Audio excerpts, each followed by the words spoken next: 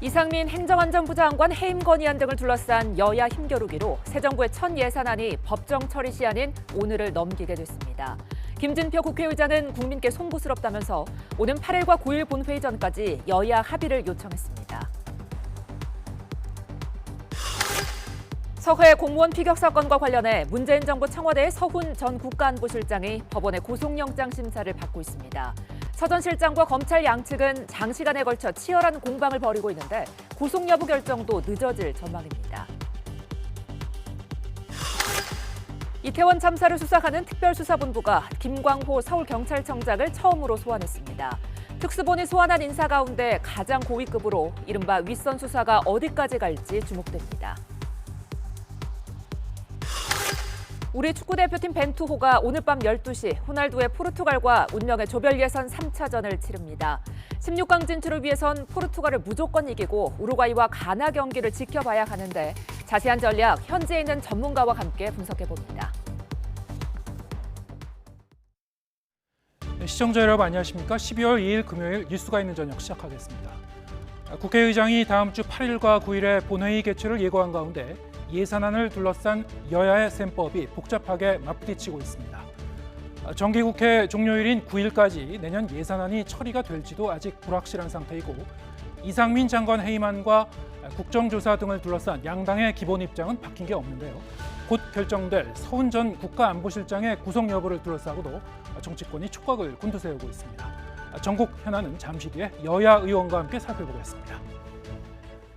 이상민 행정안전부 장관 해임 건의안과 윤석열 정부 핵심 공약을 둘러싼 이견으로 새 정부의 내년도 첫 예산안이 결국 법정 처리 시한인 오늘까지 국회 문턱을 넘지 못했습니다. 김진표 국회의장은 국민께 송구하다며 정기국회 마무리 시점인 오는 8일에서 9일을 새 데드라인으로 정하고 여야 합의를 압박했습니다. 정현우 기자의 보도입니다. 헌법이 정한 예산안 법정 처리 시한인 오늘까지도 여야는 막판 줄다리기를 계속했습니다. 밀실 예산이라는 비판에도 여야 간사와 예결특위 위원장만 모이는 소소위원회를 열어 쟁점 예산 감액 증액을 두고 씨름했지만 끝내 이견을 좁히진 못했습니다. 특히 공공임대주택과 대통령실 이전 관련 예산 등을 두고 진통이 심한 것으로 전해졌습니다. 김진표 국회의장 주재로 여야 원내대표까지 나서 거듭 머리를 맞댔지만 접점 찾기에 실패했습니다. 가장 큰 걸림돌이 된 건 이상민 행정안전부 장관 해임 건의안. 민주당은 당장이라도 본회의를 열어 해임 건의안 처리 절차에 돌입하자고 거듭 압박했지만 예산안 법정 시한 아닙니까? 따라서 당연히 본회의를 열어놓고 여야의 이 예산안 합의를 끝까지 기다리는 것이 당연한 수순입니다. 여당인 국민의힘은 이 장관 해임안이 진행되면 예산 협의가 파행으로 치달을 수 있다며 단호하게 맞섰습니다. 오늘 중으로 결론을 내기가 상당히 어려운 걸로 저는 파악을 하고 있습니다. 오늘 예산이 물리적인 시간으로 되기 어려우면 본회의도 열기 어렵다고 그렇게 파악을 하고 있습니다. 결국 정기국회 종료 시점인 오는 9일까지 예산안 협의를 이어가기로 했는데 이에 가장 먼저 머리를 숙인 건 김진표 국회의장이었습니다. 김 의장은 나라 살림 심사를 마치지 못해 국민 여러분께 송구하다며 오는 8일과 9일 사실상 마지막 본회의를 열겠다고 밝혔습니다. 예산 합의안을 마련해오라는 동시에 이 장관 해임 건의안 처리에 시간적 여지를 주면서 여야 모두의 끝까지 협상을 압박한 것으로 풀이됩니다. 여야 입장을 달리하는 정치 현안에 대해서는 국민의 눈높이에 맞는 그런 해법이 마련될 수 있도록 여야는 물론 정부하고도 긴밀히 협의해서 해법 마련을 위해서 조정하고 중재하도록 하겠습니다. 입법부가 만든 법을 스스로 어기는 위법 지각 예산 사태가 또 빚어졌습니다. 새로운 마감 시한으로 받아든 이르면 8일 본회의 처리까진 여야 모두 국민의 따가운 시선을 피할 수 없게 됐습니다. YTN 정현우입니다. 김진표 국회의장이 추가로 본회의 일정을 잡은 건 예산안을 먼저 처리한 뒤에 이상민 장관 해임 건의안을 논의하겠다는 뜻으로 해석됩니다. 한마디로 오는 8일과 9일 본회의 전까지 협상 시간을 더 준 셈인데 여야의 입장 차이가 커 진통이 예상됩니다. 엄윤주 기자의 보도입니다. 지각 예산이라는 비판과 함께 여야가 받아든 추가 협상 시간은 주말과 휴일을 포함해 닷새가량입니다. 이 기간에 639조 원에 달하는 내년도 예산안과 이상민 장관 해임 건의안에 대한 이견을 좁혀야 합니다. 여야 입장을 달리하는 정치 현안에 대해서는 국민의 눈높이에 맞는 그런 해법이 마련될 수 있도록. 하지만 전망은 그리 밝지 않습니다. 당장 국민의힘은 예산안 처리가 급한 시기에 해임 건의안을 추진하는 민주당의 정치적 의도를 의심하고 있습니다. 민주당이 며칠 있다가 다시 이 탄핵 소추안을 발의하겠다고 하는데 안에 내겠다는 말은 예산마저도 통과시키지 않겠다는 말이나 마찬가지입니다. 그러고도 민주당이 어떻게 민생을 이야기하고 수사 결과와 국정조사를 통해 철저히 진상을 규명한 뒤 책임을 물어도 늦지 않다는 겁니다. 반면 민주당은 재난관리 주무부처 책임자의 인사조치는 불가피하다고 맞서고 있습니다. 유족은 물론 상당수 국민도 바라고 있는데 오히려 정부와 여당이 예산안 핑계를 대고 있다며 날을 세우고 있습니다. 오늘 밤을 새워서라도 쟁점 사항을 협상해서 타결하고 주말에라도 본회의를 열어서 의결하면 될 일을 국회의장과 국민의힘은 왜 예산안 처리를 뒤로 미루는지. 물론 극적 타결의 여지는 있습니다. 2014년 국회법이 개정된 이후 예산안 처리가 정기국회 회기를 넘긴 적이 단 한 차례도 없었던 만큼 여야 모두 여론의 문매가 부담스러울 수밖에 없기 때문입니다. 여기에다 개별 의원들의 지역구 예산 확보 요구, 특별수사본부의 수사 결과 발표 시점도 협상의 변수입니다. 김진표 의장이 던진 시간표에는 오는 8일 본회의에서 예산안 처리와 해임 건의안 보고를 마치고 오는 9일에는 해임 건의안 의결 절차까지 끝내겠다는 경고까지 담겨 있다는 해석이 많습니다. 어려운 숙제를 받아든 여야가 어떤 해법을 내놓을 수 있을지 주목됩니다. YTN 엄윤주입니다. 서해 피격 사건과 관련해 문재인 정부 청와대 안보 최고 책임자였던 서훈 전 국가안보실장이 법원에 구속심사를 받았습니다. 서 전 실장과 검찰 양측은 수백 장에 달하는 발표 자료를 제시하며 장시간 동안 치열한 공방을 벌였는데 구속 여부는 밤 늦게 결정될 전망입니다. 홍민기 기자의 보도입니다. 서훈 전 국가안보실장이 법원에 구속 전 피의자 신문에 출석하기 위해 차에서 내립니다. 서욱 전 국방부 장관과 김홍희 전 해경청장에 이어 서해 피격 사건으로 구속심사를 받는 세 번째 전 정부 인사이자 첫 청와대 고위직입니다. 영장심사 앞둔 신경 한 말씀 부탁드리겠습니다. 어떻게 소명하실 건지 한 말씀만 좀 부탁드리겠습니다. 첩보 처리 과정에 대통령의 지시가 있었나요? 서 전 실장은 재작년 해양수산부 공무원이 피살됐을 때 관계기관에 첩보 삭제를 지시하고 월북 결론에 맞춰 허위 자료를 쓰게 한 혐의를 받고 있습니다. 이에 서 전 실장 측은 당시 피격을 인지한 사람만 300명에 달하는 만큼 삭제 시도는 상상도 할 수 없고 민감한 정보가 퍼지는 것을 막기 위해 배포 범위를 조정한 것일 뿐이라며 혐의를 부인하고 있습니다. 반면 검찰은 서 전 실장이 청와대 안보실 최종 책임자였던 만큼 진실 규명을 위해 신병 확보가 필요하다는 입장입니다. 130장에 달하는 구속영장을 만들었던 검찰은 이번에도 발표 자료 수백 장을 준비해 구속 필요성을 강조했고 서 전 실장 측도 의견서 등을 통해 불구속 수사를 주장한 것으로 전해졌습니다. 신경전은 법정 밖에서도 이어졌습니다. 문재인 정부에서 장관을 지냈던 민주당 인사들은 서 전 실장과 함께 법원을 찾아 검찰 수사를 규탄했습니다. 전 정부의 정책 판단에 대해서 사법적인 조치, 또 사법 잣대를 들이대는 것은 전혀 옳지 않다라고 말씀을 드리겠습니다.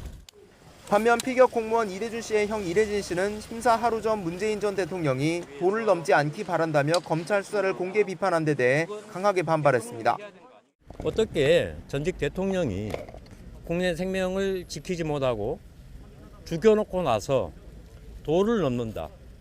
자기의 치부가 자기의 거짓말이 들통나니까 그걸 건들지 말라고 하는지 저는 분노스럽습니다. 서 전 실장의 구속심사 결과는 밤사이 나올 것으로 보이는데 구속 여부에 따라 박지원 전 국가정보원장 등 다른 윗선에 대한 검찰 수사에도 큰 영향이 뒤따를 전망입니다. YTN 홍민기입니다. 경찰청 특별수사본부가 헬로윈 행사와 관련한 서울경찰청의 조치에 문제가 있었다고 보고 김광호 서울경찰청장을 피의자 신분으로 소환해 조사했습니다. 다음 주부터는 행정안전부와 서울시에 대한 본격 수사도 예고해 이른바 윗선 수사에 속도가 붙을 전망입니다. 김다현 기자의 보도입니다. 서울 관내 치안의 총책임자인 김광호 서울경찰청장이 경찰청 특별수사본부에 출석했습니다. 업무상 과실치사상 혐의로 입건돼 피의자 신분으로 조사를 받으러 온 겁니다. 지금까지 소환된 경찰 간부 가운데 최고위직입니다. 지난번 11월 17일 날 국회에서 숨김과 보탬이 없이 이야기를 했고 오늘도 마찬가지로 숨김과 보탬이 없이 성실히 조사에 임하겠습니다. 김 청장은 헬로윈 행사가 열리기 전 기동대 투입을 타진하다가 집회 시위로 경력이 부족하다는 보고를 받고 별다른 조치를 하지 않아 사전 대응을 제대로 하지 않았다는 의혹을 받고 있습니다. 기동대 투입을 요청했다는 이임재 전 서울 용산경찰서장과 요청받은 적 없다는 김 청장 사이에 진실 공방이 벌어지기도 했습니다. 김 청장이 참사 발생 1시간 20분가량이 지난 뒤 이 전 서장에게 첫 보고를 받으면서 수습이 늦어지게 한 부분 역시 비판이 집중되는 부분입니다. 때문에 특수부는 10만 명 넘게 몰린 헬로윈 행사와 관련해 서울청의 사전 대책 그리고 참사 이후 조치에 모두 문제가 있었다고 보고 있습니다. 불법 증축으로 골목길을 좁아지게 만들어 피해를 키운 혐의를 받는 해밀턴 호텔 대표 이모 씨도 특수본에 불려 나왔습니다. 이 씨는 유가족에게 사과하면서도 용산구와의 유착 의혹은 전면 부인했습니다. 유가족분들에게 진심으로 사과의 말씀을 드립니다. 네, 구청과 유착 관계다 이런 의혹이 있는데 이거 관련해서 한 말씀 해주실 수 있을까요? 전혀 그런 사실은 없습니다. 이제 한 달을 넘긴 이태원 참사 관련 수사는 조만간 2라운드로 접어들 전망입니다. 특수부는 다음 주 초까지 경찰의 다른 기관 소속 피의자들에 대한 구속영장 신청을 1차로 마무리하고 이후엔 행정안전부와 서울시에 대한 본격 수사에 나서겠다고 예고했습니다. 앞서 지난달 말 특수부는 유승재 서울 용산구 부구청장 등을 추가 입건하며 수사 범위를 넓혔지만 행안부와 서울시 관계자는 대상에서 빠졌습니다. 경찰의 칼끝이 점점 윗선으로 뻗어가는 가운데 윤익은 경찰청장과 이상민 행안부 장관에 대한 수사가 언제쯤 이루어질지도 관심입니다. YTN 김다현입니다.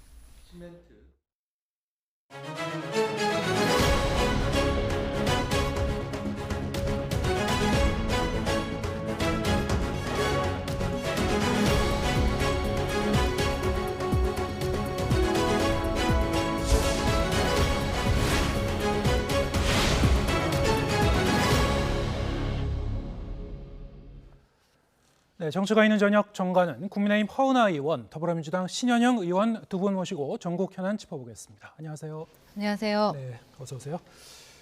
지금 이제 전국 상황을 좀 정리를 해보면 앞서 저희가 리포트도 계속 좀 봤습니다만 일단 본회의는 오늘 열리지 않게 됐고, 네, 다음 주 8일과 9일에 이제 예고가 된 상태죠.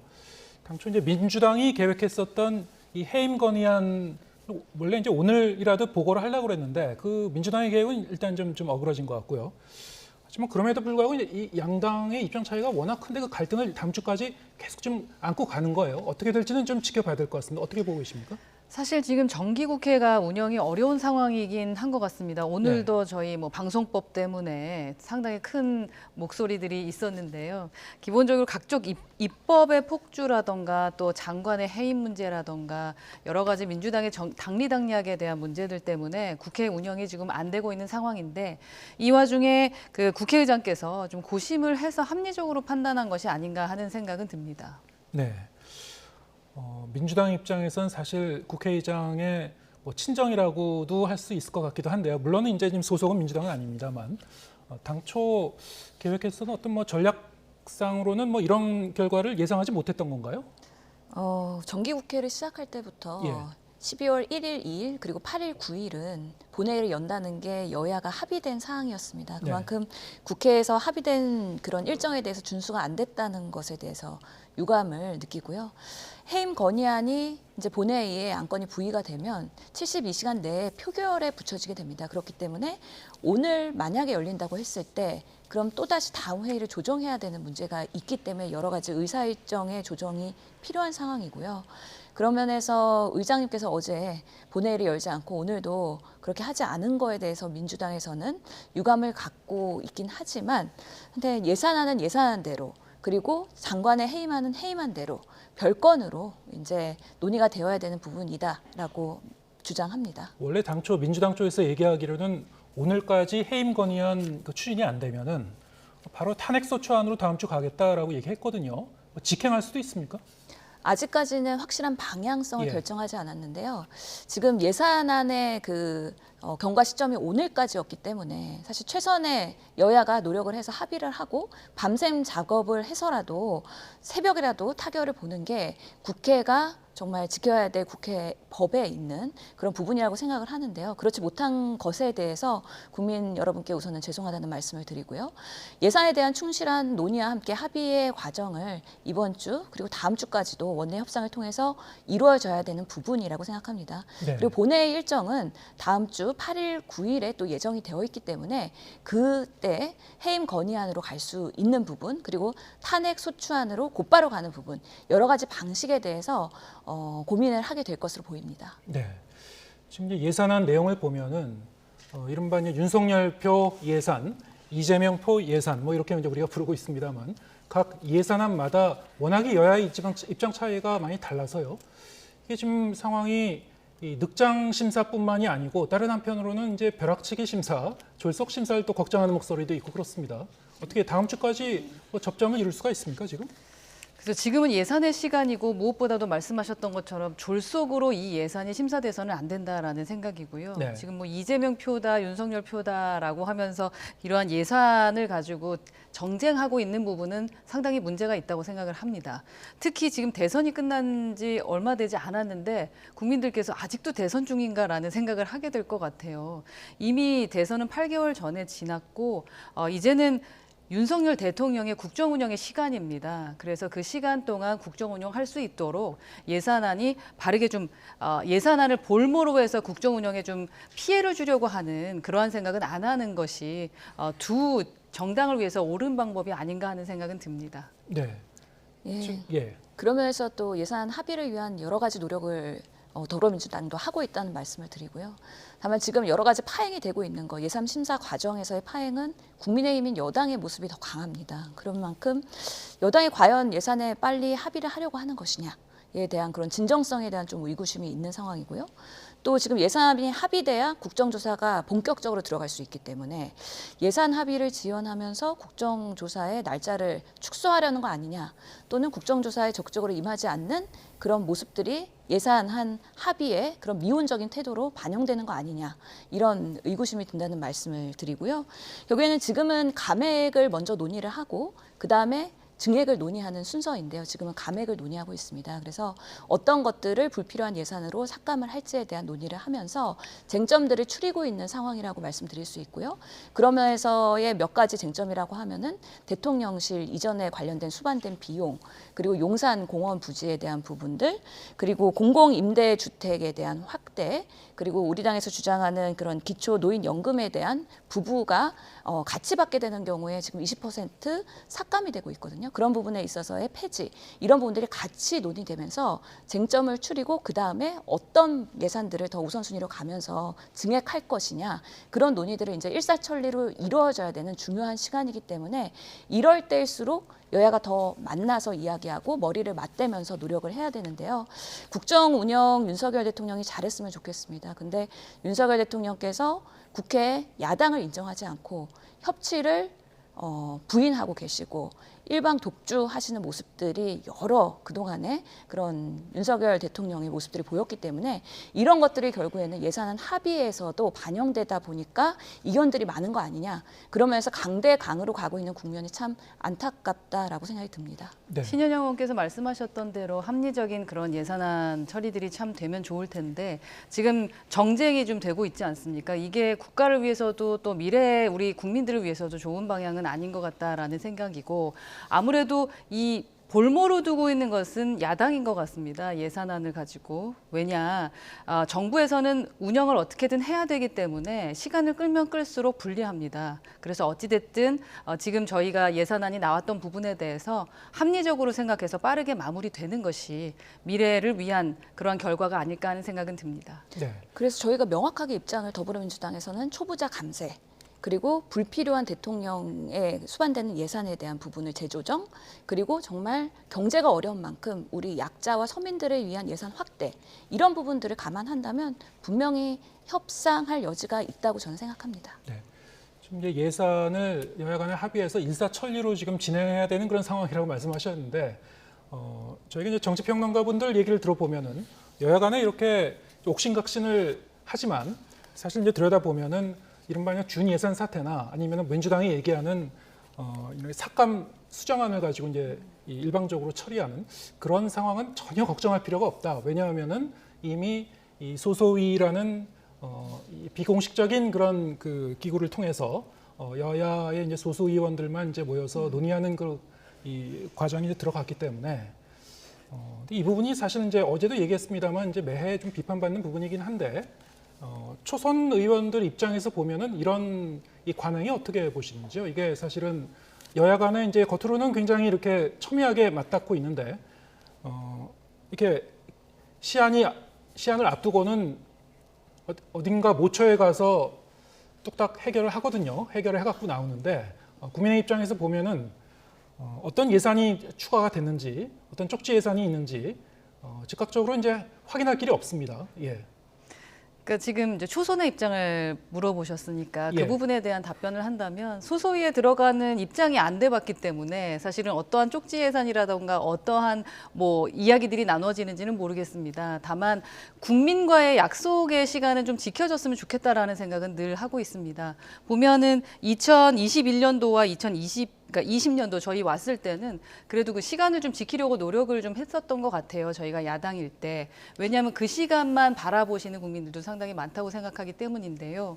무엇보다도 드러내놓고 예산안이든 어떠한 법률적인 부분도 나타났으면 좋겠다라는 생각은 듭니다. 왠지 숨어서 하게 되면 꿍꿍이라는 생각이 좀 들 수도 있기 때문에 예. 그러한 오해는 피하고 그렇게 하기 위해서 지속적 소통을 해야 되지 않을까 하는 생각이 듭니다. 네. 좀 더 투명하게 심사하면 좋겠다. 이건 뭐 당연한 네. 우리의 이제 바람이긴 한데 실질적으로 보면 항상 이렇게 이제 이 학생들이 시험 앞두고 이제 벼락치기 공부하듯이 정말 이제 시한을 코앞에 두고 굉장히 초치기로 이제 심사를 하게 되거든요. 예산을. 그렇다 보니까 이제 어떤 합리적인 과정을 거쳐서 조율이 되고 타입이 되는 건지 좀 알 길이 없는. 물론 이제 제가 이렇게 말씀드리고 있는 거는 이제 기우이기를 바랍니다만. 예, 매회 반복됐기 때문에 제가 하는 소리입니다. 예, 어떻게 보시고 계십니까? 예, 결국에는 정부의 그 원안이 있고 국회에 넘어왔을 때는 정말 우리 당이 지향하는 예산 그리고 상대 당이 지향하는 예산 각각의 경쟁을 할 수밖에 없다고 생각하고요. 예산은 국가에서 한정이 돼 있기 때문에 어떤 걸 우선순위로 해야 될 거야에 대한 정치적 대결이라고 볼 수밖에 없을 것 같습니다. 그러면서 과거의 그 역사를 보면 박근혜 정부 때도 12월 2일 날 끝난 경우도 있지만 3일 날 이게 타결이 된 경우도 있고요. 문재인 정부 때는 오히려 12월 6일, 8일 이렇게 되면서 저희가 여당일 때 더 늦게 타결이 됐었네요. 그리고 20년도에는 12월 10일, 그리고 21년도에는 2일이고 올해도 이미 시한을 넘겼기 때문에 아마 다음 주에는 꼭 타결이 될 거라는 생각이 들고요. 예. 지금은 하루하루가 촉박하게 이제 협상을 하고 있는 상황인데 정책위 의장 그리고 원내대표 그리고 예결위 간사분들께서 여러 가지 우선순위에 배치를 하면서 권역별로 지역별로 꼭 필요한 예산들을 그렇게 배치하는 작업들을 일사불란하게 해야 되지 않을까 싶습니다. 예.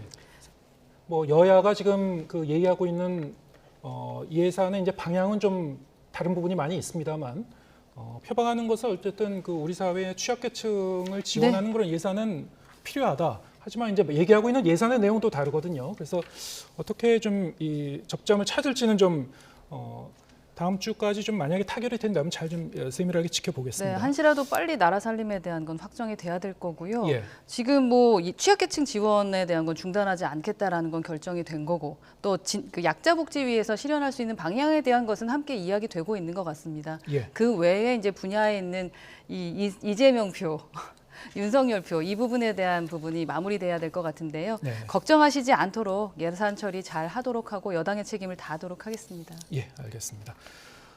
저 이런 가운데 이제 서해 피살 사건과 관련해서 서훈 전 국가안보실장에 대한 영장 실질 심사가 진행이 됐는데 오늘 밤쯤 이제 이 영장 발부 여부가 결정이 될 예정입니다. 지금 여야 모두 어떤 결과가 나올지 좀 관심을 두고 이제 지켜보고 계실 것 같은데 자, 이런 상황에서 문 전 대통령이 처음으로 이 사건과 관련해서 공식 입장을 밝힌 게 있었죠. 어떻게 보셨습니까? 저는 조금 아쉬웠습니다. 문 전 대통령께서 그렇게 직접적으로 말씀하실 필요가 있었을까 하는 생각이 들고요.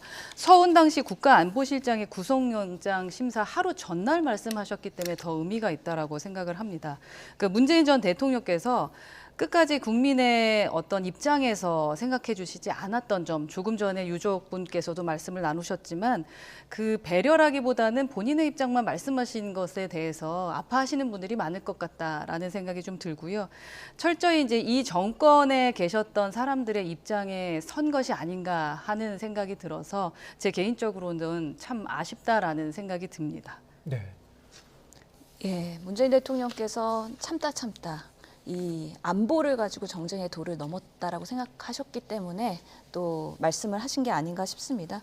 그러면서 이런 앞선 정부의 현안 판단에 대해서 지금 정권이 바뀌었다고 해서 해당 부처의 입장이 달라지고 그러면서 다른 목소리가 나오는 거에 대한 불편함도 있고 나름의 본인의 그 사안에 대한 책임감도 있기 때문에 그런 발언을 하시지 않았나라는 생각이 들고요. 지금 이렇게 정권으로 인해 가지고 안보 현안을 가지고 계속 정쟁으로 하는 게 반복되고 있는 만큼 이런 부분에 있어서의 정치 보복성 수사가 아니냐라는 거에 대한 의문이 여전히 들고 있는 상황이고 더더욱이 오늘 영장 심사를 하면서 구속의 갈림길에 있을 텐데요. 특히나 서욱 전 장관님 그리고 김홍희 전 해양경찰청장도 구속이 되었다가 구속 적부심 심사에서 이제는 풀어난 상황입니다. 석방된 상황인데 그럼에도 불구하고 지금 또 서훈 전 실장을 가지고 이렇게 심사를 하는 것 자체가 적절한 것이냐. 왜냐하면 스스로 검찰의 조사를 받겠다고 입국하셨거든요. 그만큼 증거인멸이나 도주의 우려가 없는 상황에서 이렇게 검찰이 정말 수사의 끝까지 칼끝을 대는 것이 과연 이게 순수성이 있고 정말 이 사안을 그대로 바라보는 거냐에 대한 의문이 있을 수밖에 없다는 생각이 들고요. 특히 우리의 진실은 사실 확인을 하는데 한계가 있습니다.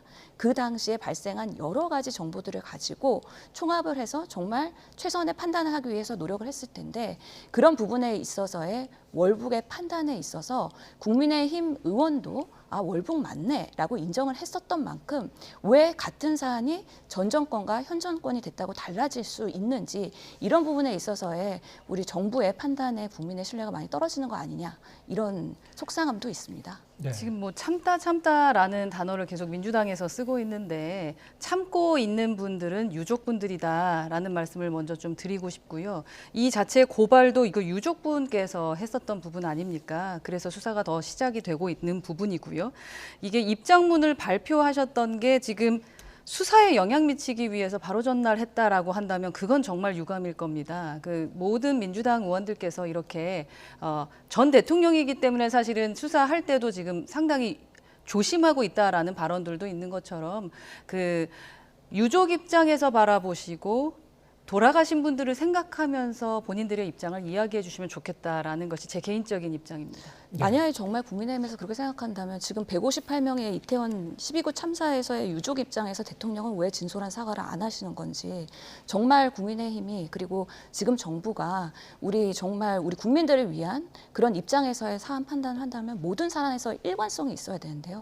그렇지 않다는 것이죠. 그렇기 때문에 이걸 정쟁으로 삼고 있는 거 아닌가. 왜 멀쩡한 국민들이 그 행사에 갔을 때 이렇게 희생을 당하고 고통을 받고 있는데 대통령은 정말 진정성 있는 발언 안 하시는지 이런 부분에 있어서의 비판을 어떻게 감당하실 건지도 묻고 싶습니다. 네. 제가 기억하기로는 대통령께서는 사과를 하셨고 그리고 여러 번 방문하셨고 그리고 저희 당 입장에서는 국조를 함께 하기로 하지 않았습니까? 그래서 국조를 하면서 일을 처리해 나가면 되는 건데 지금 서해 공무원 사건과 갑자기 그게 왜 연결이 되는지는 저는 잘 모르겠습니다. 계속해서 윤석열 정권 들어오고 나서 유족의 입장에서 피해자의 입장에서라고 강조하면서 정쟁으로 이런 안보상을 가져오셨거든요. 어제도 유족들 만나는데 국조특위에서 국민의힘의 7명의 의원들은 참석하지도 않았습니다. 그리고 유족분들이 대통령의 사과 못 들었다고 합니다. 그 부분에 대해서는 어떻게 말씀하실 건가요? 이 부분에 대해서 명확하게 감당을 하시면서 동일하게 잣대를 대야지 그렇지 않은 본인한테 유리한 거, 본인한테 불리한 거에 대해서 이렇게 수사의 잣대나 아니면 대통령의 태도가 달라진다면 과연 그 진정성을 국민들께서 공감하실지도 걱정입니다.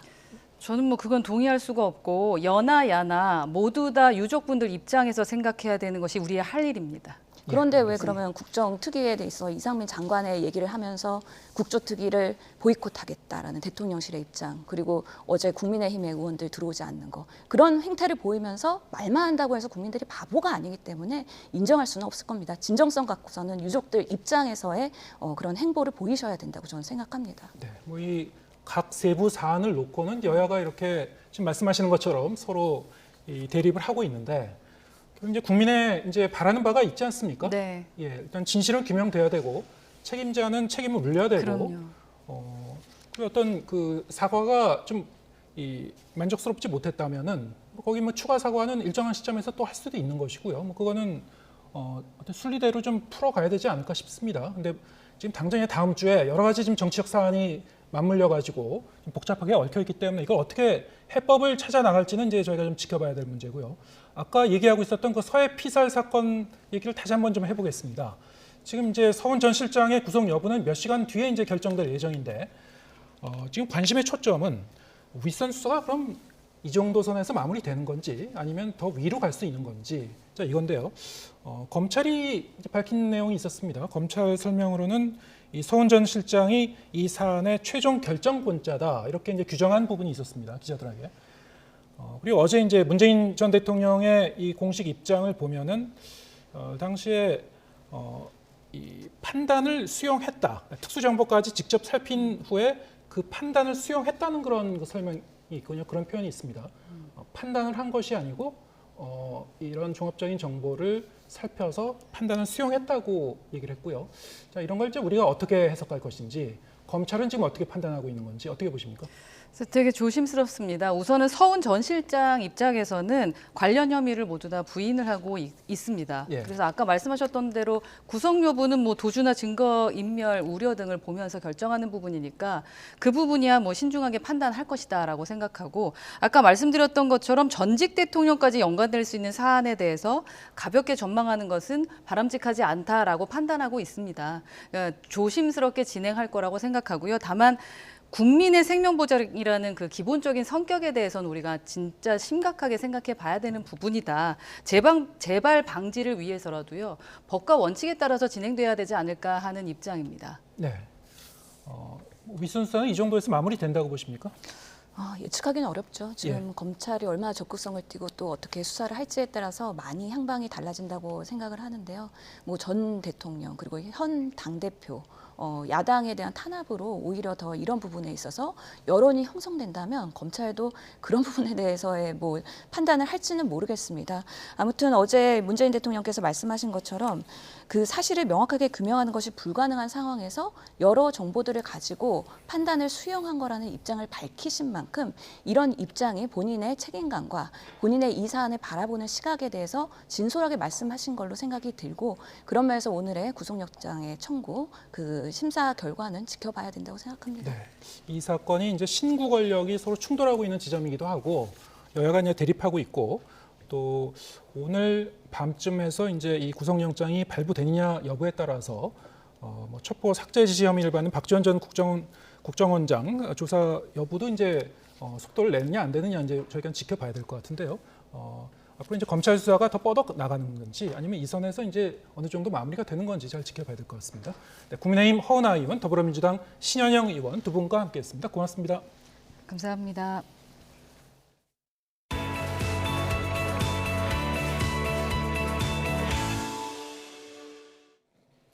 화물연대 집단 운송 거부가 9일째 이어지면서 비축해둔 재고가 바닥난 주유소가 늘고 있습니다.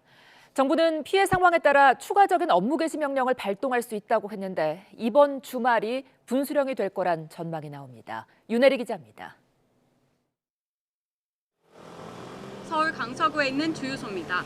화물연대 집단 운송 거부로 기름 운송이 막히면서 휘발유는 물론 고급 휘발유까지 동났습니다. 영문을 모르고 주유소를 찾았던 손님들은 허탕을 치고 발걸음을 돌립니다. 수도권을 중심으로 휘발유와 경유 품귀 현상이 확산하면서 그나마 재고가 있는 주유소로 사람들이 몰리고 있습니다. 평소보다 조금 많아지긴 했어요. 제가 봤을 때는 대략 1.5배 정도 많아진 것 같아요. 평소에는 그렇지 않았는데 기름 탱크가 비기도 했고 확실히 많아진 것 같아요. 기름이 떨어지면 당장 생업에 차질을 겪는 배달기사나 자영업자들의 걱정은 클 수밖에 없습니다. 혹시 모를 기름 대란에 대비해 한 번 주유할 때 더 많은 양을 채워 넣습니다. 걱정이 많이 되죠. 우선은 저희들이 하루에 이렇게 움직이는 양이 있는데 그 양을 제대로 못할 경우에는 상당히 차질이 있고 걱정이 되니까 아무래도 가까운 주유소가 보이면 바로바로 들어가서 채우는 경향이 많이 있습니다. 화물연대 집단 운송 거부 9일째, 전국의 휘발유와 경유 품절 주유소는 52곳으로 늘었습니다. 이 가운데 60%가량이 유조차 운전기사들의 화물연대 가입 비율이 높은 수도권에 집중돼 있습니다. 정유업계를 포함한 산업계 전반에 미치는 피해는 더 확산하고 있습니다. 정부의 업무 개시 명령 발동 이후 시멘트 출하량은 평소 대비 40% 수준까지 회복됐지만 정유와 철강, 자동차, 시멘트 업계의 제품 출하 차질 규모는 이미 조 단위를 넘은 것으로 파악되고 있습니다. 정부는 피해 확산에 대비해 정유업계 업무 개시 명령 발동에 필요한 실무 준비를 마쳤습니다. 필요하면 저희들이 주말 상황을 보고 업무 개시 명령 같은 것도 관계업체 협의해서 저희가 적극적으로 검토해 나가겠습니다. 화물연대는 업무 개시 명령을 거부하고 총파업을 이어가겠다는 입장입니다. 하지만 서울교통공사와 철도노조가 연이어 파업을 철회하면서 오는 6일 예정된 민주노총 총파업 투쟁대회 동력이 약해지는 것 아니냐는 분석도 나옵니다. 정부는 시멘트 운송을 거부하는 화물차주 777명에게 업무 개시 명령서를 송달하며 업무 복귀 압박 수위를 높이고 있습니다. 다음 주부턴 대상 차주들이 실제로 업무에 복귀했는지 운송 재개 현황을 확인할 방침입니다. 명령서 송달 작업이 마무리되고 그 효과가 나타나는 이번 주말이 다른 분야로의 추가적인 업무 개시 명령 발동 여부를 판가름할 중대 분수령이 될 것으로 보입니다. YTN 윤혜리입니다. 윤석열 대통령이 화물연대 운송 거부 미참여자들에 대한 협박이나 불법 행위에 대해 끝까지 법적 책임을 묻겠다고 경고했습니다. 공정거래위원회는 이번 집단 운송 거부의 위법 여부를 조사하기 위한 현장 조사에 착수했습니다. 박서경 기자입니다. SNS를 통해 화물연대의 집단 운송 거부 중단을 거듭 요청한 윤석열 대통령.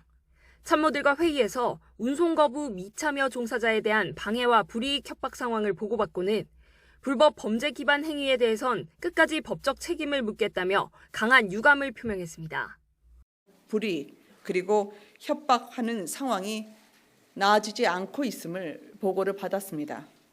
불법과 범죄를 기반으로 하는 쟁의 행위에는 끝까지 법적 책임을 묻겠다고 말했습니다. 정부는 이번 주말 상황을 예의주시하며 관계 장관 회의를 소집하거나 대체 인력과 운송수단 투입 방안 등을 검토할 예정입니다.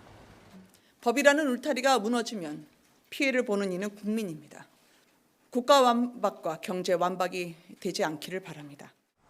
공정거래위원회는 집단 운송 거부에 대한 공정거래법 위반 여부를 확인하기 위해 현장 조사에 나섰습니다. 공정위는 미참여자에 대한 보복 행위에 공정거래법상 부당한 공동행위 조항 등을 적용할 수 있다고 보고 있습니다.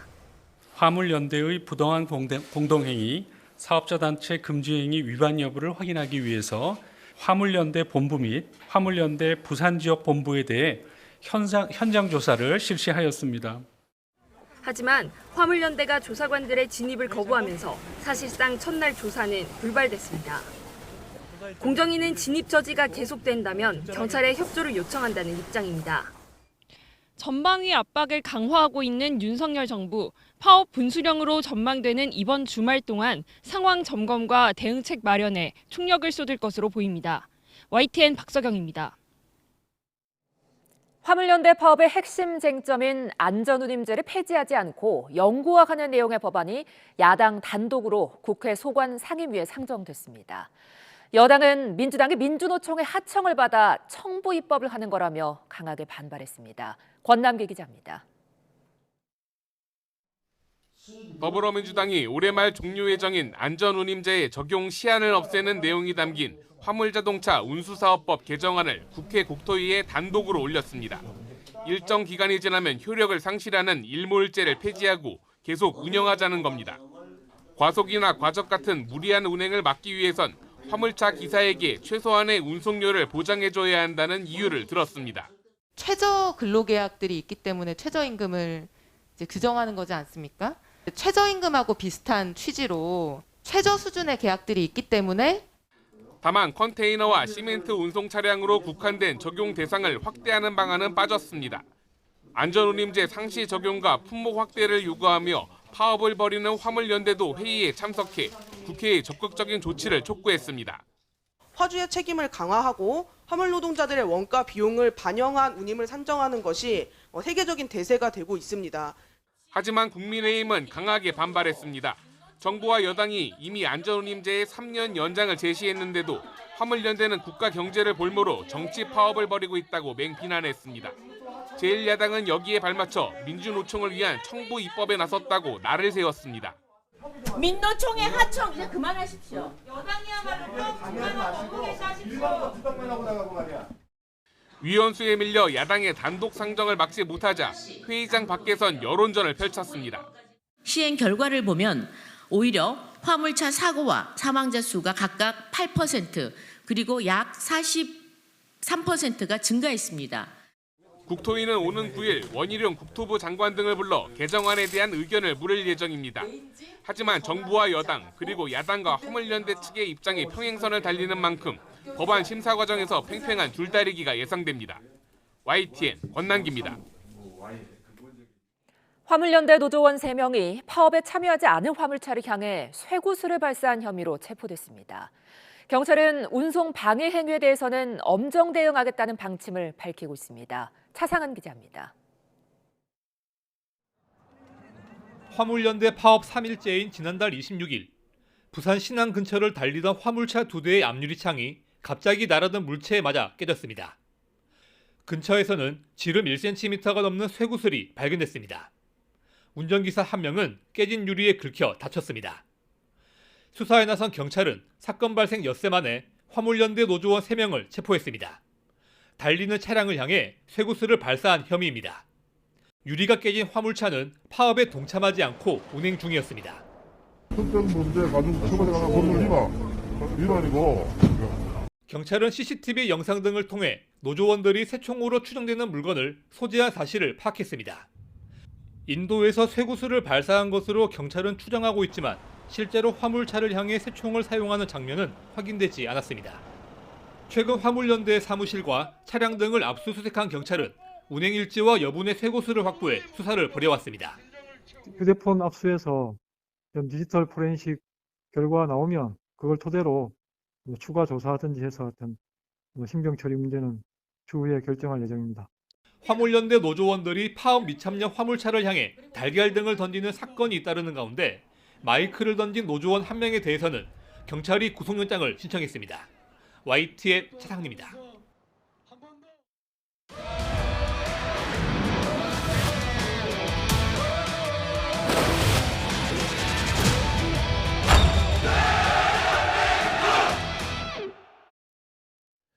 네, 카타르 월드컵 조별 예선을 치르고 있는 태극 전사들이 16강 진출 마지막 관문인 포르투갈과의 경기를 앞두고 있습니다.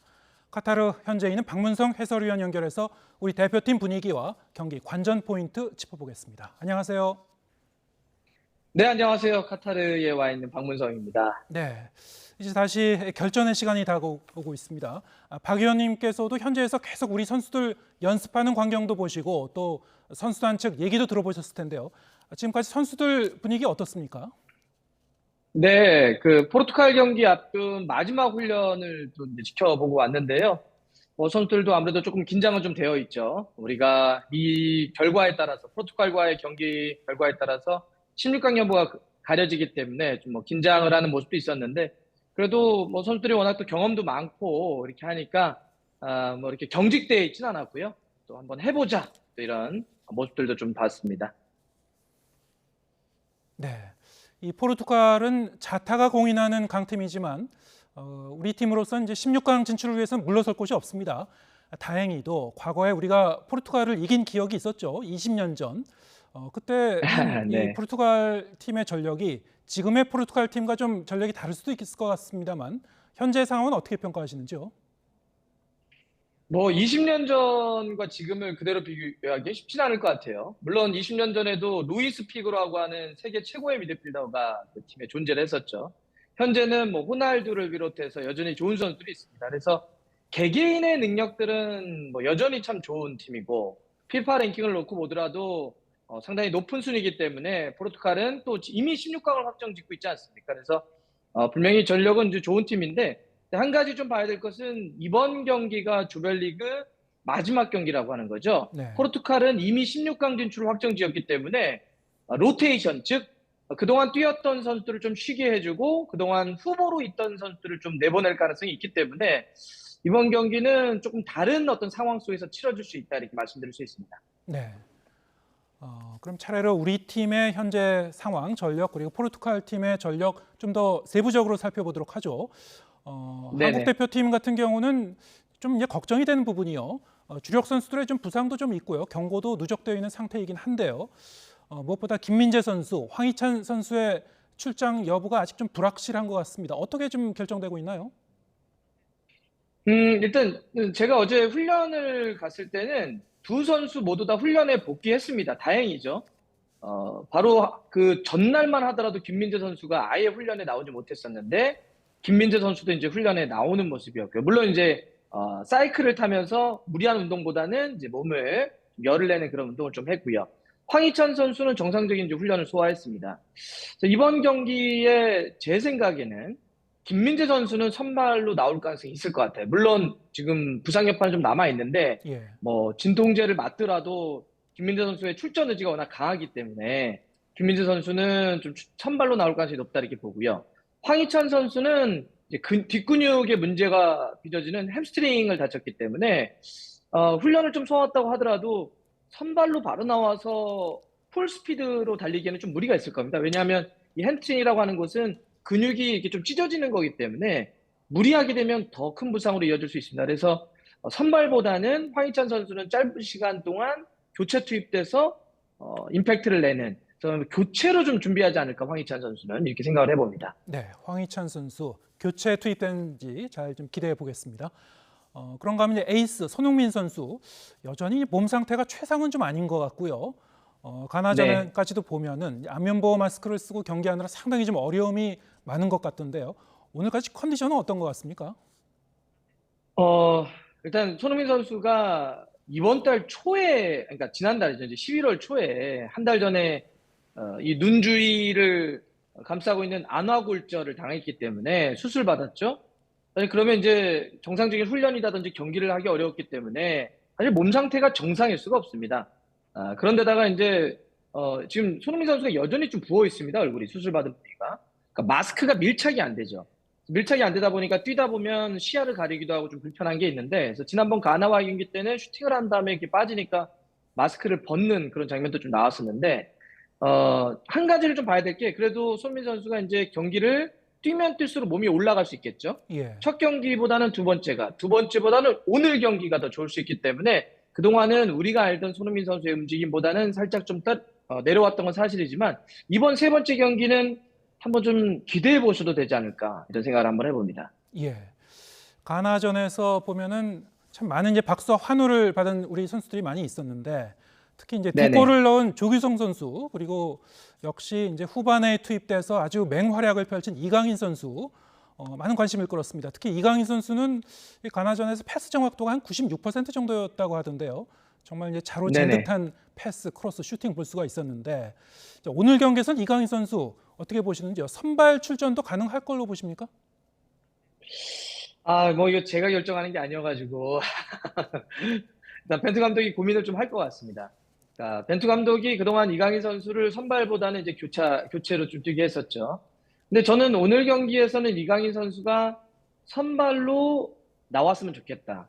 혹은 벤투 감독도 선발로 쓸 가능성이 있지 않을까 이렇게 생각을 해봅니다. 이유는 크게 보면 두 가지인데요. 하나는 이강인 선수가 말씀해 주셨던 것처럼 가나와의 경기 때 워낙 플레이가 좋았기 때문에 흐름을 타고 있는 선수를 계속 기용을 하는 건 맞지 않겠냐라고 하는 점이 하나 있고요. 두 번째는 우리 조규성 선수가 지금 폼이 상당히 좋습니다. 지난번 가나와의 경기 때 머리로만 이제 두 골을 넣었는데 저는 조규성 선수와 이강인 선수를 패키지로 묶어서 동시에 선발로 넣을 때 시너지가 더 나올 수 있다 생각을 하는데요. 네. 그것은 지금 이강인 선수가 스페인 마요르카라고 하는 팀에서 뛰고 있는데 마요르카에서 뛸 때가 지금 딱 이런 조합입니다. 그러니까 최전방에 무리키라고 하는 장신 스트라이커의 이제 헤딩을 상당히 잘하는 선수를 앞에 놓고 이강인 선수가 가운데에서 왼쪽으로 돌면서 왼쪽에서 자기가 좋아하는 왼발로 크로스를 올리면 장신의 공격수가 헤딩으로 골을 넣는 이 패턴이 라리가에서 이번 시즌 상당히 그 팀을 이끌어 나가는 주요한 무기가 되고 있는데요.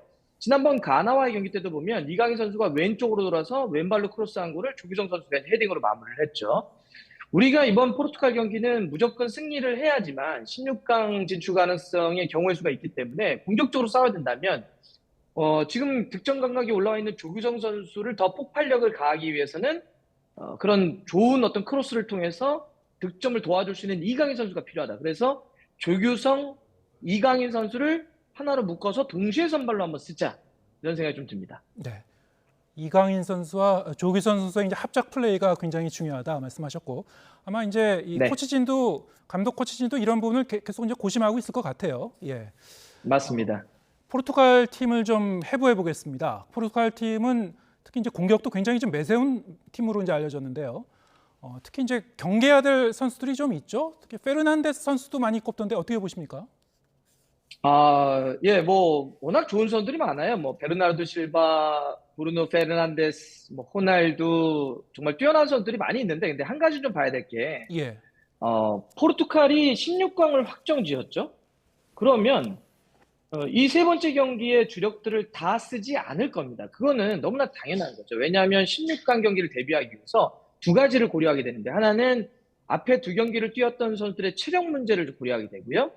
또 하나는 우리가 경고 트러블이라는 표현을 쓰는데 경고가 한 장씩 갖고 있는 선수들이 이번 우리와의 경기 때 또 받게 되면 16강을 못 뛰어요.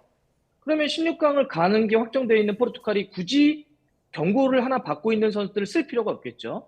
지금 포르투갈 선수들 중에 그 경고를 받은 선수가 무려 5명이나 됩니다. 예를 들어서 뭐 후뱅 디아스 같은 수비의 핵심도 지금 받고 있고요. 그래서 이런 경고를 받고 있는 5명 중에 일부는 이번 경기 선발에서 제외할 가능성이 있고요. 또 부상자도 지금 포르투갈이 있죠. 오타비오라고 하는 선수가 지금 부상이고요.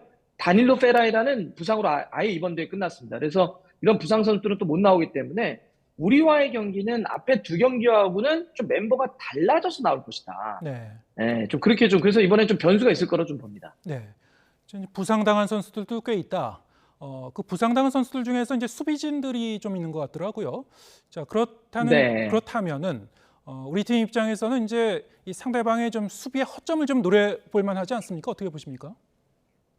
그렇죠. 그러니까 그 말씀드렸던 것처럼 다닐로 페라이라는 이제 중앙 수비수입니다. 그리고 또 후뱅 디아스라고 하는 또 한 명의 뭐 세계 최고의 센터백은 지금 경고를 한 장 더 받고 있죠. 이런 선수들이 많이 못 뛴다고 한다면 대체자, 백업들이 좀 나올 가능성이 있기 때문에 우리로서는 더욱더 공격적으로 나올 수 있다 생각을 하고요. 그래서 아마도 벤투 감독은 우리가 쓸 수 있는 모든 카드를 다 쓰지 않을까, 공격적으로요. 예. 그래서 제가 말씀드렸던 이강인 선수도 있고 이재동 선수도 다시 선발로 부를 가능성이 있고요. 손흥민 선수, 뭐 조규성 카드까지 우리가 쓸 수 있는 모든 공격수 카드를 좀 쓰면서 포르투갈의 변화될 라인업에 우리가 좀 대처하려고 하지 않을까 좀 생각을 해봅니다. 예.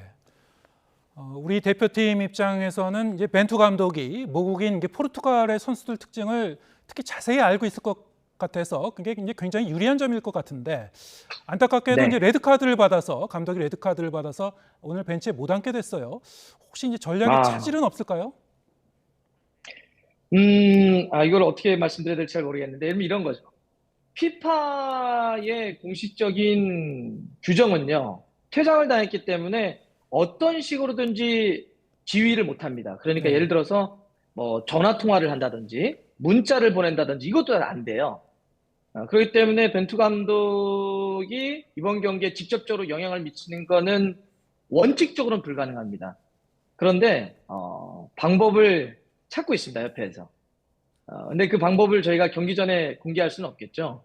그러니까 어떤 식으로든지 벤투 감독이 이번 경기의 중요한 순간에 승부처를 던진다든지 선수 교체를 해야 된다든지 뭐 전술의 어떤 변화들이 좀 필요할 때는 그 의견을 뭐 교환하는 걸 고민하지 않을까 이런 걸 또 찾고 있다. 이렇게 이 정도만 말씀드리겠습니다. 예, 알겠습니다. 자, 이제 마지막으로 이제 이 여러 가지 경우의 수를 저희가 좀 이 시나리오를 그려봐야 될 것 같은데요. 일단 16강을 가려면 반드시 포르투갈을 꺾어야 되는 상황이고 그 다음에도 우루과이와 가나전의 결과를 지켜봐야 되는 거죠. 어떤 상황이 있을 수 있습니까? 네, 뭐 우리는 무조건 포르투갈 일단 이겨놓고 봐야 되고요. 가나가 이기지 말아야 됩니다. 우루과이가 잘 싸워야 돼요. 우루과이가 비겨주거나 우루과이가 이겨야 됩니다. 그래야 경우의 수가 생기거든요. 그래서 우리가 포르투갈을 잡는 것도 중요하지만 우루과이가 잘 싸워야 된다. 이런 말씀을 좀 드리겠습니다. 네. 예, 알겠습니다. 네, 축구에서 이제 공은 둥글다 이런 얘기도 있고 끝날 때까지 끝난 것은 아니라고 하죠. 우리 선수들의 선전 기대하고 응원해 보겠습니다. 네, 지금까지 카타르 현지에서 계속 우리 선수들의 이제 경기 모습 지켜보고 계신 박문성 해설위원과 함께했습니다. 고맙습니다. 네, 고맙습니다.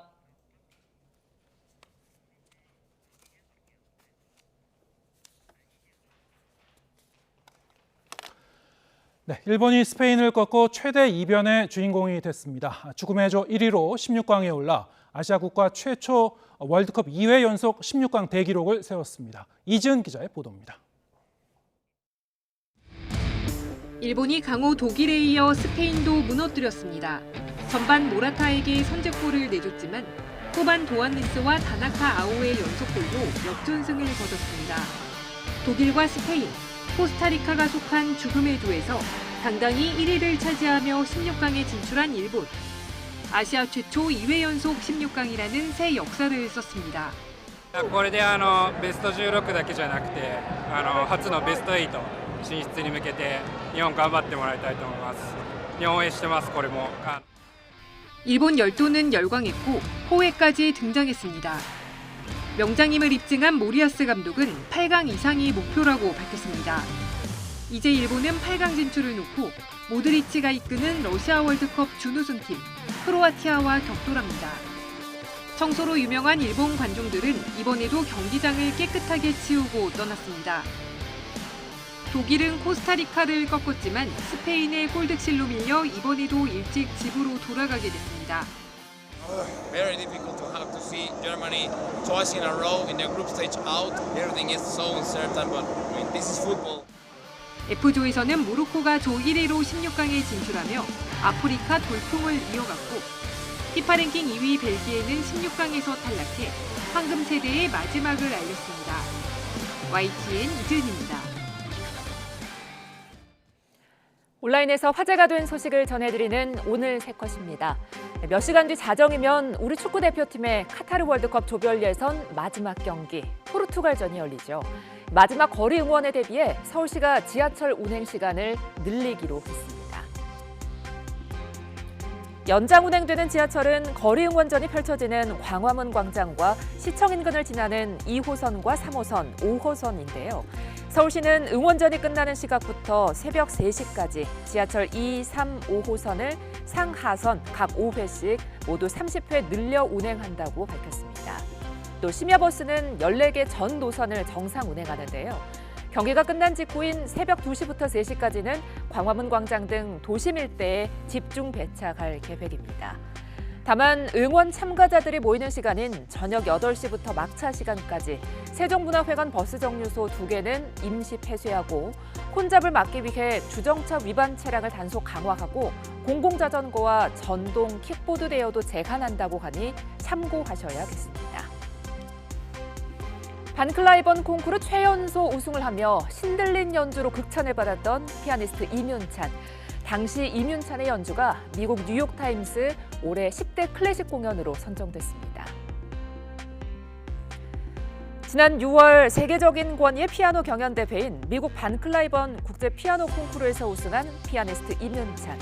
뉴욕타임스는 당시 이윤찬의 연주에 대해 열정적인 힘과 함께 시적인 표현력이 신선했다고 평가했는데요. 18살이라고 믿기 힘들 정도의 성숙함과 자신감이 넘치는 뛰어난 연주라는 점을 느낄 수 있다고 덧붙이며 선정 이유를 밝혔습니다. 이에 대해 이문찬은 오늘 열린 기자회견에서 저의 부족한 음악을 듣고 그런 평가를 내려준 것을 영광으로 생각한다고 말했는데요. 누구나 하지 않는 연주를 하고 싶다는 이문찬, 앞으로의 연주가 더 기대됩니다. 우크라이나에선 전쟁 중 태어난 새끼 사자 4마리가 폭격을 피해 어미와 떨어져야만 했는데요. 미국에서 새 보금자리를 찾았습니다. 영상으로 만나보시죠. 미국 시카고의 오하라 공항, 나무 상자 구멍으로 먹이를 넣어주고 있는데요. 상자 안에 있는 동물은 다름 아닌 새끼 사자들입니다. 숫사자 1마리와 암사자 3마리, 모두 4마리인데요. 9시간의 비행 끝에 폴란드를 거쳐 지난달 30일 미국 미네소타주의 와일드캣 보호소에 도착했습니다. 한 어미에서 태어난 3마리는 우크라이나 오데사에서, 다른 1마리는 키이우에서 데려왔는데요. 안타깝게도 어미 사자의 행방과 생사는 확인되지 않았습니다. 새끼 사자들의 이주를 도운 동물단체는 새끼 사자들이 우크라이나 전쟁 영향으로 태어난 지 몇 주가 지나지 않아 어미와 떨어졌고 몇 차례 폭격과 드론 공격을 피해야겠다고 설명했습니다. 또 새끼 사자들의 모습은 당분간 일반에 공개하지 않고 홈페이지와 페이스북 영상을 통해 만나볼 수 있다고 밝혔습니다. 지금까지 오늘 새 컷이었습니다.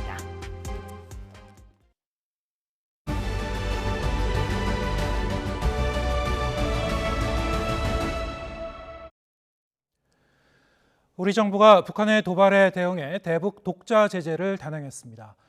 같은 날 미국과 일본도 대북 독자 제재안을 추가로 발표하면서 한미일이 북한에 대한 압박 강도를 높이는 모양새입니다. 최두희 기자의 보도입니다. 정부가 북한의 핵미사일 개발과 대북 제재 회피에 기여한 개인 8명과 기관 7곳을 독자 제재 대상으로 추가 지정했습니다. 추가 독자 제재 대상으로 지정된 개인은 유엔 제재 대상으로 지정된 북한 금융기관 소속으로 북한의 핵미사일 개발과 관련된 금융 거래에 관여했습니다. 또 기관 제재 대상은 북한의 불법 금융활동을 지원한 조선은금회사 등입니다. 정부의 대북 독자 제재는 윤석열 정부 출범 이후 2번째입니다. 같은 날 미국과 일본도 대북 독자 제재에 나섰는데 미국은 북한 노동당 간부 3명을, 일본은 단체 3곳과 개인 1명을 제재 명단에 올렸습니다. 무엇보다 유엔 안보리가 중국과 러시아의 비협조로 북한에 대한 규탄 성명조차 내지 못한 상황에서 이뤄졌다는데 의미가 큰 것으로 풀이됩니다. 북한이 7차 핵실험의 가능성을 여전히 열고 있기 때문에 어쨌든 국제사회의 압박이 필요하고, 또 하나는 유엔 안보리가 제대로 기능을 못하기 때문에 현재로서는 한미일 안보 협력을 통한 북한에 대한 압박이 필요하다. 그런 측면에서 3국이 거의 동시에 독자 제재를 발표했다라고 생각합니다. 외교부는 한미일의 동시 대북 독자 제재는 3국의 강력하고 단합된 의지를 보여준다고 밝히는 등 북한에 대해 도발을 중단할 것을 거듭 촉구했습니다. YTN 최두입니다. 자녀 입시 비리와 감찰 무마 등 혐의로 기소된 조국 전 법무부 장관에 대해 검찰이 징역 5년을 구형했습니다. 검찰은 조 전 장관이 범죄 혐의에 관한 명백한 사실과 수많은 증거를 외면한 채 반성조차 하지 않고 있다고 지적했습니다. 이에 조 전 장관은 최후 변론에서 자신과 자식에게 느슨한 기준을 적용하면서 많은 사람의 기대에 부응하지 못한 점은 반성하지만 초정밀 수사를 벌인 검찰 앞에서 무력감과 멸문지화의 고통에 생지옥 같았다며 검찰의 의심과 추측이 사실과 다를 수 있다는 걸 재판부가 밝혀달라고 호소했습니다. 남양 유업 효성가 3세가 마약을 상습 투약한 혐의 등으로 재판에 넘겨졌습니다. 모두 9명이 무더기로 적발됐는데 함께 검거된 한 연예인은 미성년 자녀가 있는 집에서 대마초를 직접 재배한 것으로 드러나기도 했습니다. 김혜린 기자의 보도입니다. 가정집 방문에 수리 중이니 들어가지 말라는 경고문이 붙었습니다. 문을 열고 들어가면 식물 성장을 돕는 LED 등 각종 장비가 가득합니다. 거실에는 대마줄기가 버젓이 장식돼 있기도 합니다. 미국 국적의 3인조 그룹 가수 40살 안모 씨는 집에서 대마를 재배하다 적발돼 구속 상태로 재판에 넘겨졌습니다. 심지어 미성년 자녀들이 함께 사는 곳이었습니다. 지난 9월 경찰로부터 대마 매매를 알선한 혐의를 받는 김모 씨에 대한 사건을 넘겨받은 검찰은 주거지를 압수수색하는 등 추가 수사를 이어갔습니다. 이 과정에서 가수 안 씨뿐만 아니라 김 씨를 통해 대마를 공급받은 이들이 줄줄이 덜미가 잡혔습니다. 남양유업 창업주인 고 홍두영 명예회장의 손자이자 상습 필로폰 투약으로 무리를 빚은 황하나 씨와 사촌지간인 홍모 씨가 포함됐습니다. 또 홍 씨로부터 대마를 사들인 혐의로 범효성가 3세 조모 씨와 금융지주사 일가 임모 씨 역시 적발됐습니다. 검찰 조사 결과 이들은 대부분 해외 유학 시절 대마를 접한 상태에서 귀국한 뒤에도 상습적으로 대마를 피워온 것으로 파악됐습니다. 재벌가 3세, 사업가, 유학생, 연예계 종사자 등이 속한 자신들만의 인맥을 통해 대마를 꾸준히 공급받은 겁니다. 검찰은 홍 씨를 비롯한 7명을 마약류관리법 위반 혐의로 구속해 재판에 넘기고 조 씨와 임 씨는 불구속 기소했습니다. 관련 수사가 여전히 진행 중이어서 재벌가 등 부유층이 추가로 적발되거나 이미 재판에 넘겨진 이들의 추가 기소 가능성도 있습니다. 검찰은 소위 인문 마약이라 불리는 대마 유통 범죄를 철저히 수사하겠다는 방침입니다. YTN 김혜린입니다.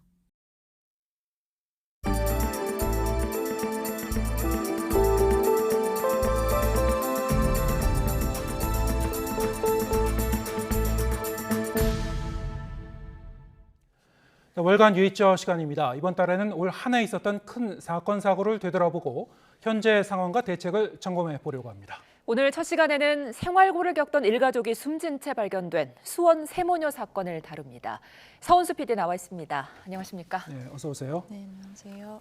네, 우리 사회에서 잊을만 하면 이런 비슷한 비극적인 사건이 계속 좀 발생해서요. 상당히 좀 안타까움을 자아내고 있는데, 수원 세모녀 사건. 자, 이 사건도 우리 사회 이 복지사각지대를 드러낸 대표적인 사건이었죠.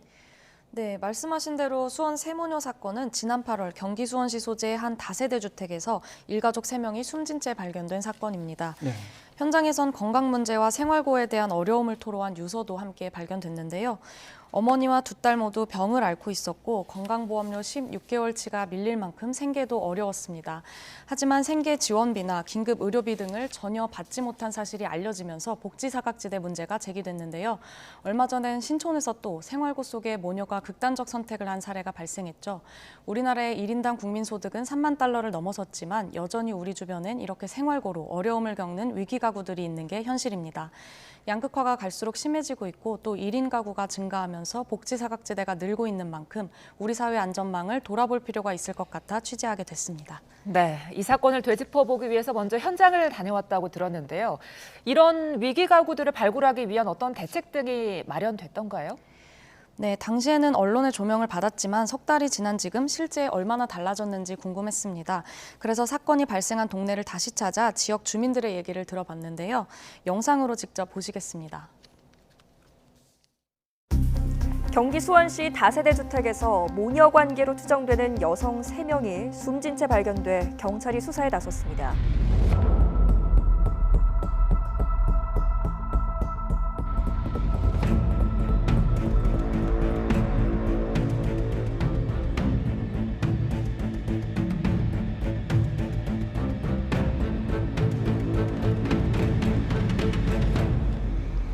사건이 발생한 지 석 달이 지났습니다. 하지만 주민들은 아직도 당시의 충격에서 벗어나지 못하고 있습니다.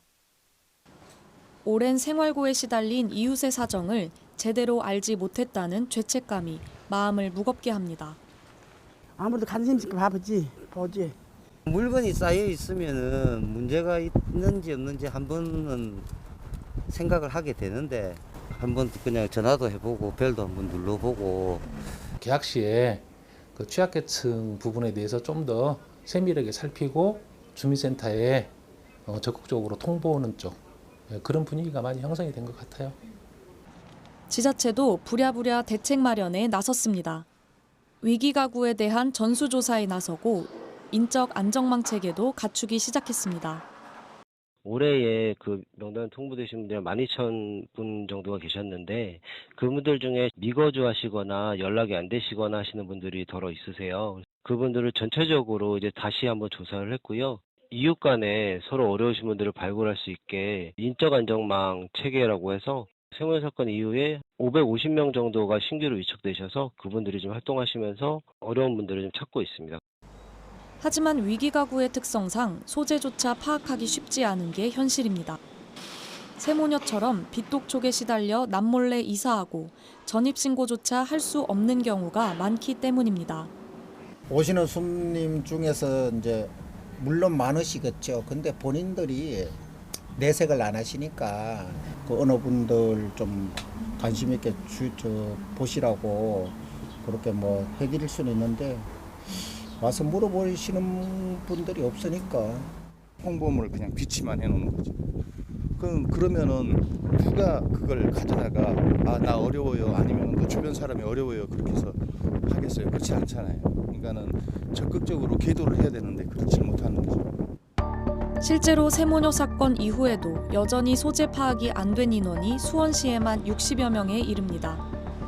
이 때문에 위기가구의 발굴과 지원을 위해서는 정부와 지자체, 이웃 등 공동체의 꾸준한 관심과 노력이 필요하다는 지적이 나옵니다.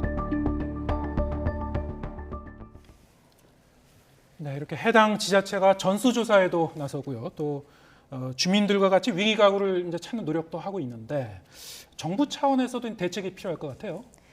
네, 복지부는 지난달 24일 세모녀 사건 후속 조치로 복지사각지대 발굴 지원체계 개선 대책을 발표했습니다. 네. 위기가구를 찾아내는 그물망을 촘촘히 하는 게 핵심입니다. 위기가구를 찾기 위해서 정부는 건강보험료 체납, 단전, 단수 등 정보를 취합하는데요. 현재 정보 34종의 실업, 고용보험, 미가입 등의 정보를 추가해 내년 말까지 활용할 수 있는 정보를 44종으로 늘린다는 계획입니다. 또 세모녀처럼 주민등록상 거주지와 실제 거주지가 달라 소재 파악이 어려운 위기가구 보완책도 내놨습니다. 연락이 닿지 않는 위기가구는 통신사와 행안부 등을 통해 연락처를 확보할 수 있도록 사회보장급여법 등을 내년 말까지 개정할 계획이고요.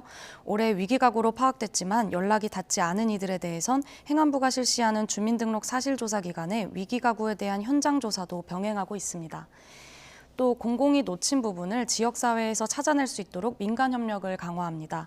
마트 주인, 배달업 등 생업 종사자나 동네 사정을 잘 아는 통장 등의 도움을 받아 적극적으로 위기가구를 제보받아 도움을 연결해주겠다는 겁니다. 네, 이런 대책이 실제로 어떻게 이루어지고 있는지 동행 취재를 했죠. 어떻습니까? 실제로 이런 방식으로 어떤 위기가구를 찾은 사례가 있습니까? 네, 제가 전담 인력을 추가로 채용해서 취약 지역을 돌며 복지 서비스를 홍보하는 사업이 있어서 동행해 봤습니다. 이 홍보 활동으로 고시원에 살던 한 중장년 남성이 복지제도를 연결받은 사례도 있다고 하는데요. 영상으로 보시겠습니다.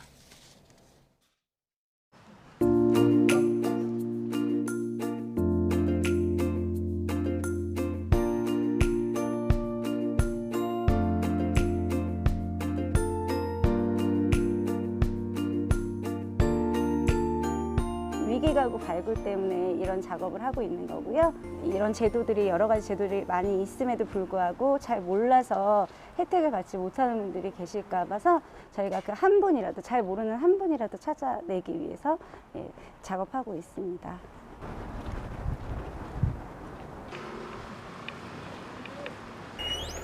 안녕하세요. 네, 소장님 안녕하세요. 성동구청에서 나왔어요. 주변에 경제적으로 어려우신 분들이나 정신적으로 힘드신 분들 여기 오셔서 하소연하시거나 하시면은 이쪽으로 연계 좀 부탁드릴게요.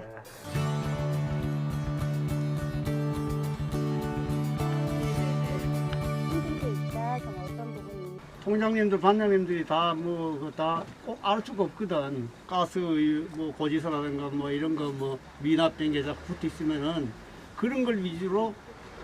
뭐 주민센터에 알려주고 또 주위에 알려줬으면 좋을 것 같아요.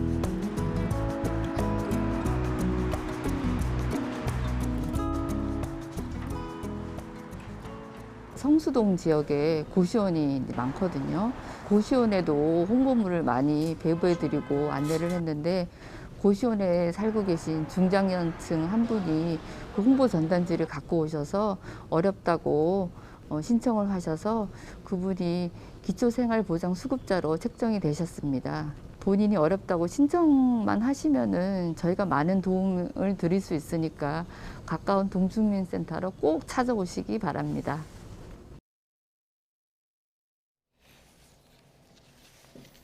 네, 이렇게 정부와 지자체, 민간인이 다 어울려서 어려운 이웃을 이제 찾아내기 위한 다양한 노력을 하고 있는데 자, 이렇게 이제 정보가 많이 모아지더라도 어디선가 보면은 또 이 위기 가구가 방치됐던 사례가 또 발견되곤 하거든요. 어떤 한계점이 있는 건가요?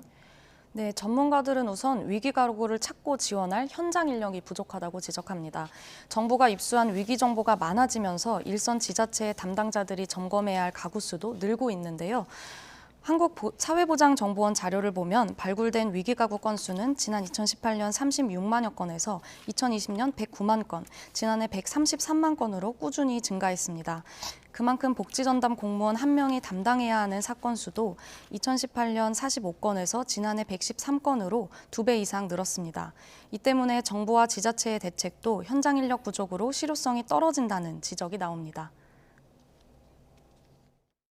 현장에 찾아갔을 때 그 전문적으로 조사하고 평가할 수 있는 시스템이 필요하거든요. 그런 의미에서 이제 전문 인력이 필요한데 정보 양은 증가하고 있지만 그 정보를 처리하고 소화시키지 못하기 때문에 결국은 계속 이런 복지 사각지대에서 문제가 방치되는 이제 그런 상황이 생길 수 있다. 뭐 이렇게 볼 수 있겠죠.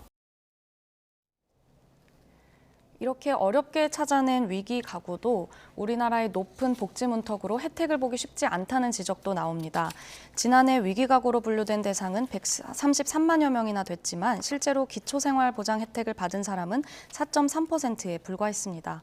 또 복잡한 복지 신청 과정과 그 과정에서 느끼는 낙인감도 신청 자체를 포기하게 만드는 이유로 작용하고 있습니다.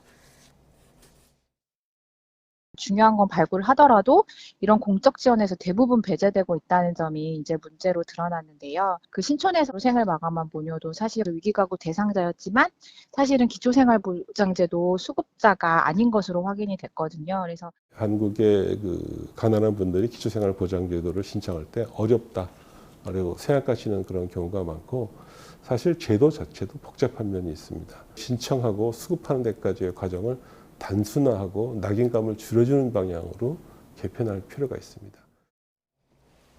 네, 비슷한 사건이 반복되지 않게 어쩌면 근본적인 복지 체계에 대한 점검이 필요하지 않을까 하는 생각이 듭니다. 월간 뉴이처 다음 시간에는 어떤 이야기 다룹니까? 네, 월간 뉴이처 다음 시간에는 지난 여름 태풍 흰남노의 영향으로 홍수 피해가 난 포항 지역을 찾아 복구 상황 등을 짚어봅니다.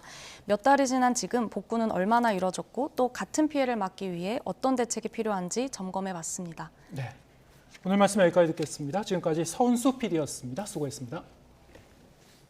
네, 오늘 뉴스가 있는 저녁은 여기서 인사드리겠습니다. 잠시 뒤에는 뉴스 퍼레이드가 이어집니다. 저희는 다음 주 월요일 저녁 7시에 다시 찾아뵙겠습니다. 함께해 주신 여러분 고맙습니다.